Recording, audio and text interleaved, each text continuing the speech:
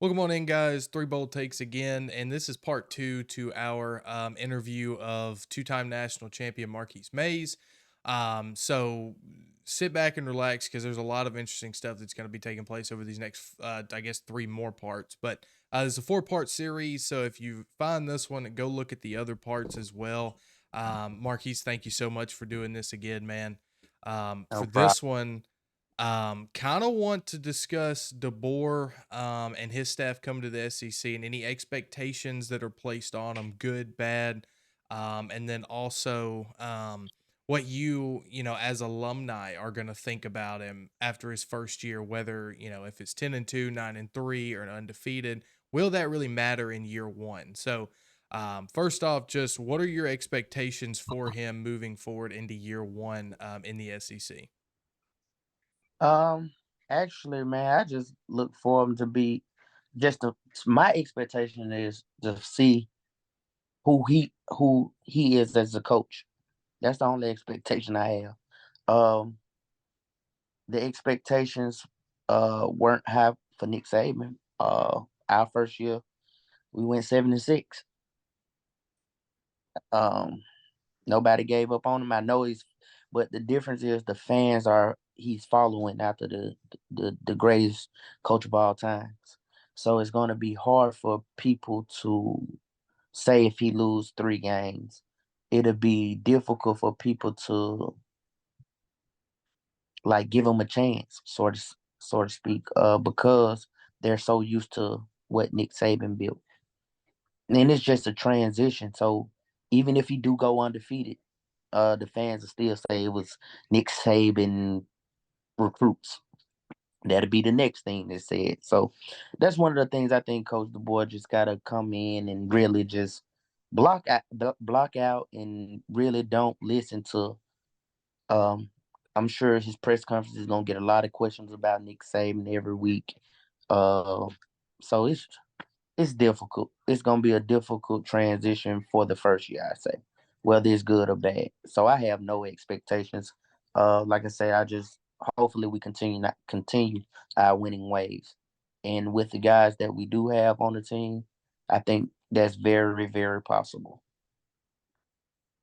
Yeah, Marquise, I wanted to follow it up with, you mentioned people, even if he is to say he wins the national title in the 2024 season, people Hmm. will throw out that it's Saban recruits. But as a two-time champion yourself, I was looking the other day, throughout the over 150 years of college football, there's only 20, I think it's 23 or 24 coaches that have won two or more titles in 150 years across hundreds of programs.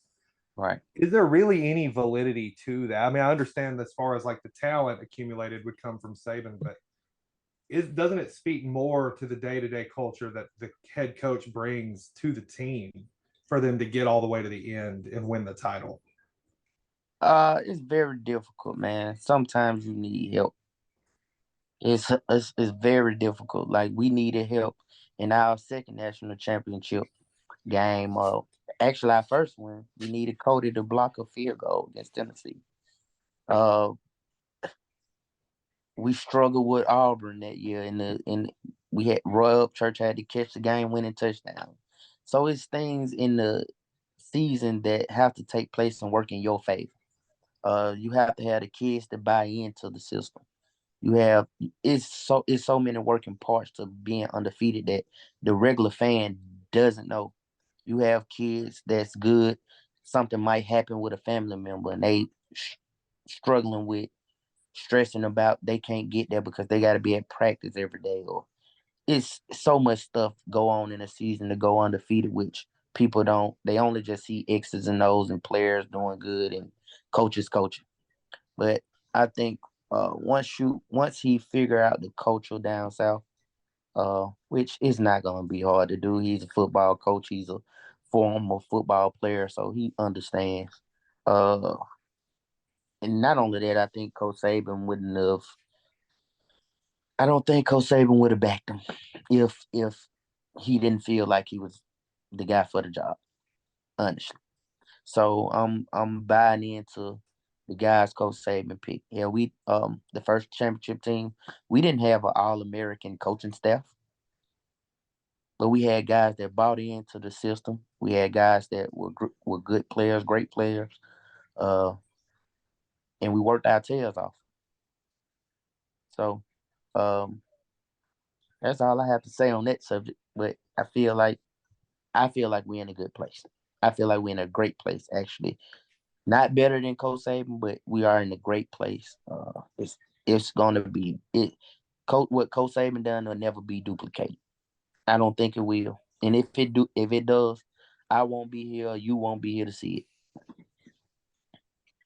Well, so to speak on that, looking at how DeBoer did things at Washington, what do you think he's going to bring over from his time there into this Alabama system? Because I'm guessing it's not going to be as traditional as Saban's offensive teams were. What do you think he might bring differently to the team? I think from my understanding, from what I watched with Washington, he'll bring a passing game that's insane. Right.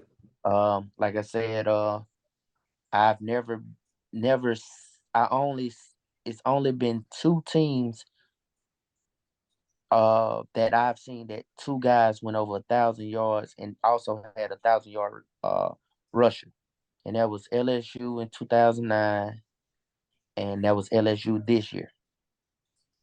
Mm. But LSU this year didn't have 1,000 yard rusher. So, I mean, I think, man, he's bringing a lot of offense. He should have four or five guys drafted off that team, and to be honest, I think those guys are talented, but I don't think they have as much talent as Alabama has. So it'll be a little bit more explosive. Yeah, and one of the things I wanted to bring up as well as part of this coaching staff that's coming in, honestly, one of the most important pieces is Courtney Morgan, the GM. He was the GM of Washington, on the football support staff. So how important is it for there to be a dedicated coach on the roster that is strictly maintaining player relationships, right? Like making sure players are happy, going out and finding holes. Like how important is that to be in constant communication with, a specific coach that may be your liaison per se? I don't know. We didn't have that. That's something new. I So understand. I mean, our coaches were those guys. So if you had issues, like, so for me in my time, Coach Burns and Coach Williams were the guys that I always referred to when I was having a problem. So you tend to um be a relationship with the people you're more comfortable with. So he might be a great GM. I don't know. I don't know how that works. I never had a GM. That's something new. When I heard it the other day, I was like, "Oh, that's new." But it Hmm. might. But you got to be subject to change sometimes. And there's one thing Coach Saban said. I always said, "Don't be complacent." And there's a lot of complacent fans. Just because Nick Saban is gone, they're being complacent with, "Oh, this is how it's been done." That don't mean it's. I mean, granted, Coach Saban has had all this talent, and we haven't won a championship in 3 years. So it's more than just Coach Saban. You understand? It's all working parts. Right. Right. I got one more question, Fred, if that's all right. Yeah, go for it. So my fear is that you mentioned complacent fans. A lot of these guys are going to be expecting Saban out of DeBoer, right? So expecting in the next 3 to 5 years SEC championships, national championships. What do you say to those fans if DeBoer can't meet that? As well as, does DeBoer have to meet that to be a successful coach? Yeah, he got to win some games. He got to win something now. I ain't saying we got to.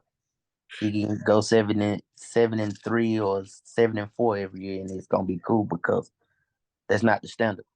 Right. But I feel like, to be honest, I honestly think he's going to do it.